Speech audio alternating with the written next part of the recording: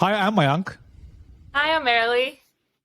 and this is Product Breakdown, a weekly series where we cover new product every week. We cover why it's hot, what's their product strategy, and what it means for the user and the industry. At the end, we give you our summary and our take on is it here to stay or no, it's going to go down. So this week, we're going to cover user-created games. It's a pretty exciting topic, Marilee.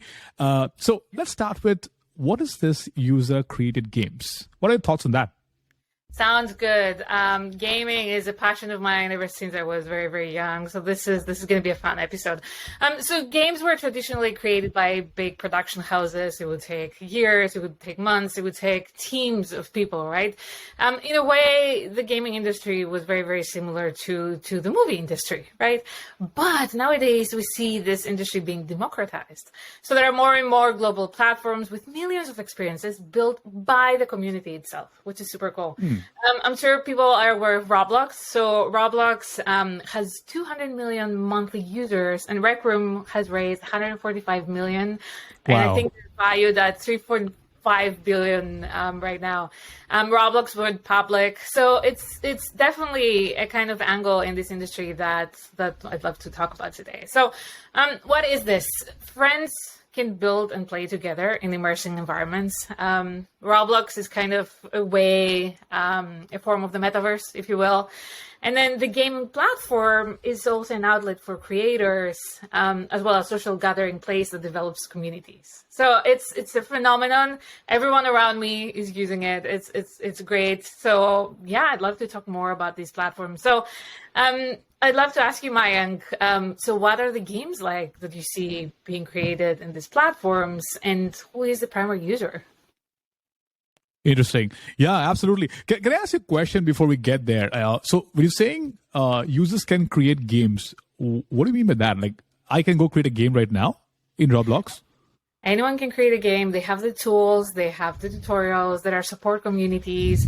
People are empowered to leverage the tools provided by these platforms in order to create an experience that they want to experience. So you don't need to wait for like Ubisoft or anything like this to launch a game that you would love. You can just go ahead and create it yourself with your friends, or you can be a professional developer and create it yourself. So it's really interesting. Love it. So you're saying it's like movie studios were first creating movies, and then YouTube democratized content creation. So Roblox is similar to that for gaming, where anybody can create a game. Is that how we should see this? Yes, exactly. But Roblox is not a gaming company. It's just a platform that enables people to do that. Exactly. Fantastic. Awesome. Thank you. This is super interesting. So your question, like what are the games like? Yeah. I mean, after you told me about this concept, I was like, okay, let me just go deeper and figure out what these games are like and what is a top hot game. And it was interesting to see that these are lightweight games. A good example was when in the early days of Facebook, we used to use Farmville to come and plant those flowers and sort of let's see them grow. They're lightweight games. They're not like Call of Duty or Age of Empires, like a very heavy strategy games. So the most famous game that I came across on Roblox was Adopt Me. This is like a game created by some developer where teens, users, or any kids can come and adopt a pet, see them grow, interact with other people who have adopted a pet, or adopt a pet from someone else. So again, very lightweight games that has a social element to it in the context of, in this case, was, adopting pets from each other or from others in the community. So these are primarily games that have a social context, but very lightweight in terms of graphics. You'll not see heavy graphics like a Call of Duty or similar sort of games. So that's what they're focusing on. It's amazing at the peak of this this game. They were having about 2 million concurrent users playing this specific game called Adopt Me. So yeah, people I think like it, and especially teens and that age group is really connecting with the concept as they're lightweight, and it's pretty easy to sort of go and join other community and be a part of it. So yeah, that's the one game I really love and also connect with. So Marilee, I think it looks like it's a new concept. People are adopting. The numbers say the story. To your point, Roblox is a $40 billion company with 200 million monthly active. That's crazy. It's crazy in terms of how they have grown so quickly. But but what's the business model? What are they focusing on in terms of That's money? That's a good question, and I like that you mentioned the social aspect of it. And as I said, I'm a gamer, and I've been like on my phone. If you open it up, I had opened the Among Us game, which is such a Wow. cool game where you connect with other people. But again, Among Us is a company. Sorry, it's a game developed by a third-party company, not by using a platform like Roblox. So to your point, what is the business model and how do they make money? And let me just show you this. So my favorite NBA player is Giannis Antetokounmpo. So he's Greek, I'm Wow. Greek. But essentially, here's what he posted the other day, right? He posted himself as a Roblox avatar. And he says, look, I love Milwaukee, but wait until you see Nightland on Roblox. So that's a completely Wow. weird kind of concept, right? So Roblox, they make money through the sales of in-game currency. There is an in-game currency called Robux, and it's really interesting. But they also have advertising deals, licensing agreements, and royalties. And the interesting angle is that brands are now finding it. It's a great place for brands to create a community and a way to connect with their customers. For example, Nike created Nikeland, as you saw here. Vans, Hyundai also are creating something, and they're leveraging the tool to create this world, this virtual world building. It's just really, really great. Another thing I want to call out here on the business model is that community is a great growth strategy.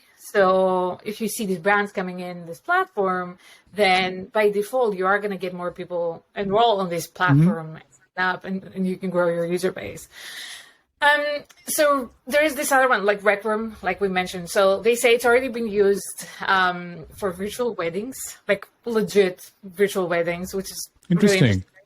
Business meetings, casual meetups, and so on. And all these kind of activities, you wouldn't imagine that you can actually do them in the virtual world. But hey, with this democratized way, it's becoming more and more the norm, and it's really, really great. And I do need to say that COVID and the pandemic did help, right? Everyone's at home, so everyone is kind of exploring new ways and fun and creative manners for being more effective and more social. And last but not least, I think the business model is just to have fun. And if people have fun, it's actually great for companies. So let's see. I love that you're learning from this. This is really great. You're like, but let's hear your take. So what do you think drives users to this platform to create games in the first place? From your point of view. Yeah. I mean, the first thing that comes to my mind is definitely the community aspect, right? Like you go there and it's not like you can play by yourself.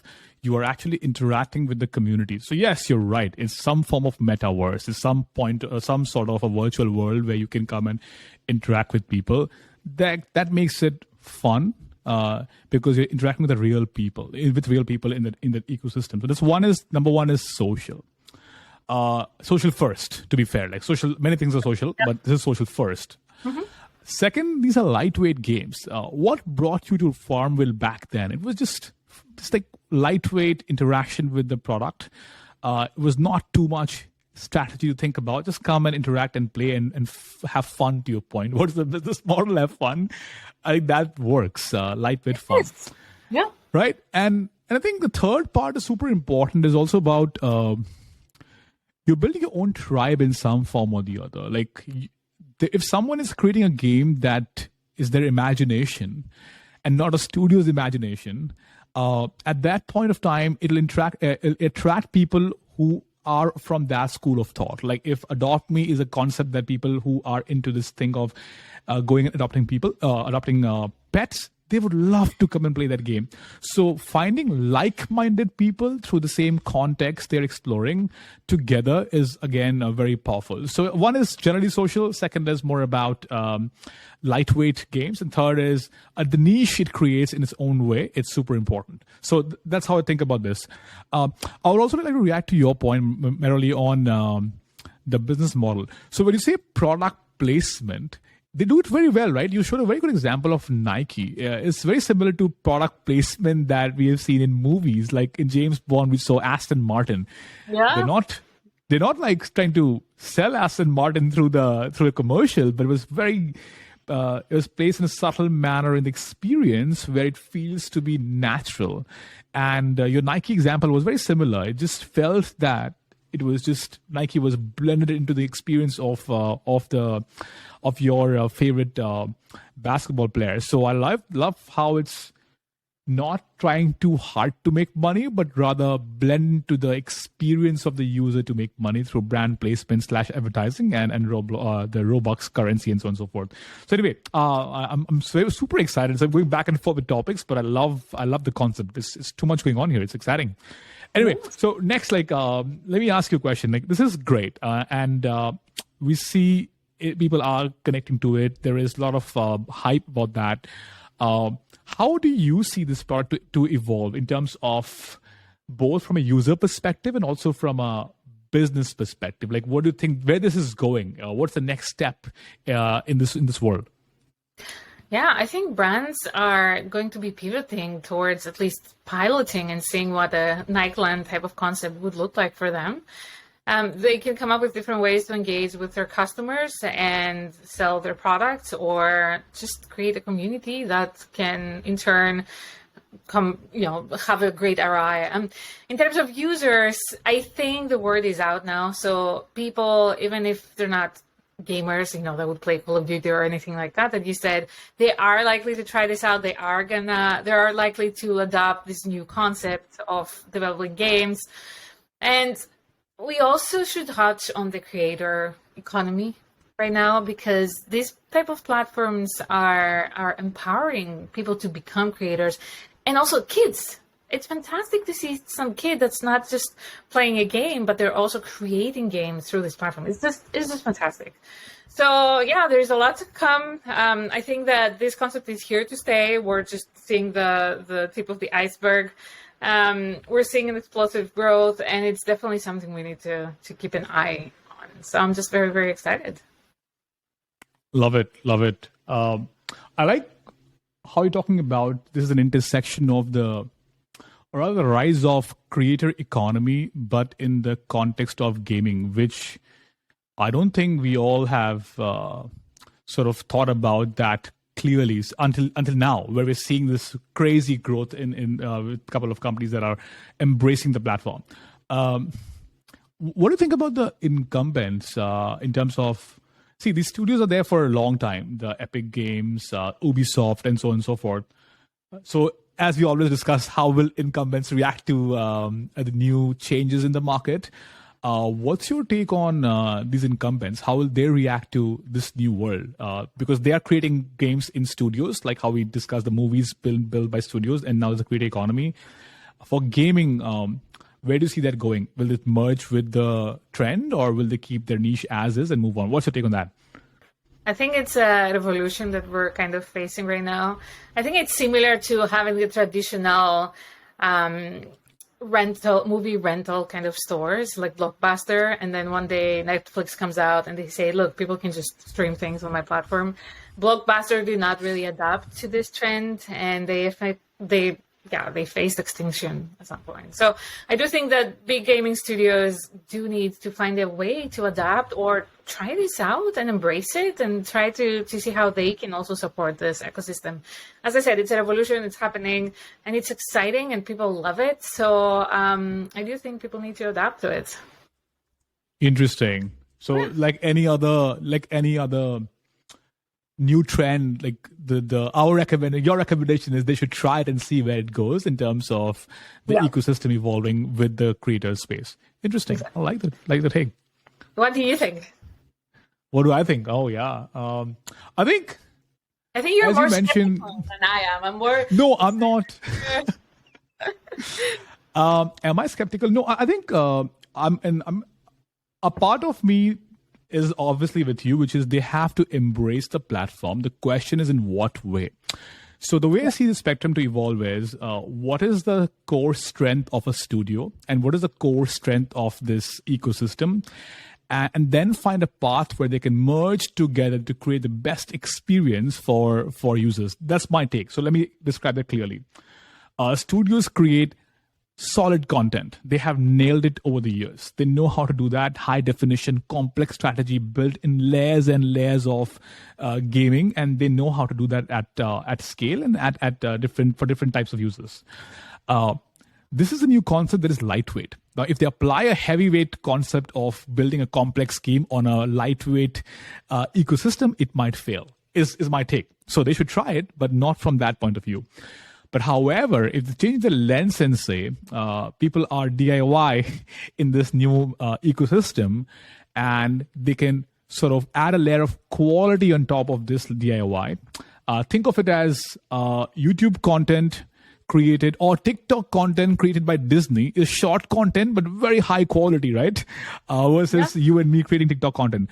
So yeah, if these studios start to embrace the platform in the way it is supposed to, or the way the way the users are using it, that is by building lightweight games that are super sticky and super social, I see they can create very high value and high quality content. And there can be two ecosystems in the gaming space. One would be studios do what they're doing today. That is create high, the Xbox and the PlayStation games forever, and embrace the cloud gaming as well, as we discussed in the last episode on Netflix gaming. And in parallel, they create a new wing to try lightweight games to embrace the new Roblox or similar platform. So I think that's where it'll end up becoming. It's a new vertical in the gaming space versus something that'll completely take over the current gaming world. So that's my take. A little more, I would say, creation of a new vertical is my take here, and that's here to stay. It's definitely here to stay, but the incumbents have to embrace it in that form versus putting what they have done in the past and just copy pasting will not work out. Yeah. Okay, that's really interesting. Yeah, I'd love to touch base again in a couple of months and see how things go. But yeah, I think we're actually running out of time. And in order to summarize today's episode, we explored user-generated games, and we see an explosive growth. Companies like Roblox and Rec Room and more are actually coming in the forefront of this change. Users are creating games. The user economy is being empowered more than ever. And it's kind of the intersection of gamers and creators. So it's the first of its kind. We'd love to hear your own opinion on our content and on the topics we've been covering. Some great ways to give us your opinion and any ideas for future episodes is actually if you comment in our YouTube videos, just at the bottom. We always monitor these things. Or if you reach out personally to either me or Mayank. I am on Instagram, Marielinika. I'm on LinkedIn. And Mayank, what is the best way for people to reach out to you? Absolutely. Twitter, Mayank Speaks. The link would be at the bottom. For podcast listeners, it's Mayank Speaks. And on LinkedIn as well, Mayank Yadav. Thank you, everyone. Until next time. Bye. Thank you all. Thank you. Bye-bye.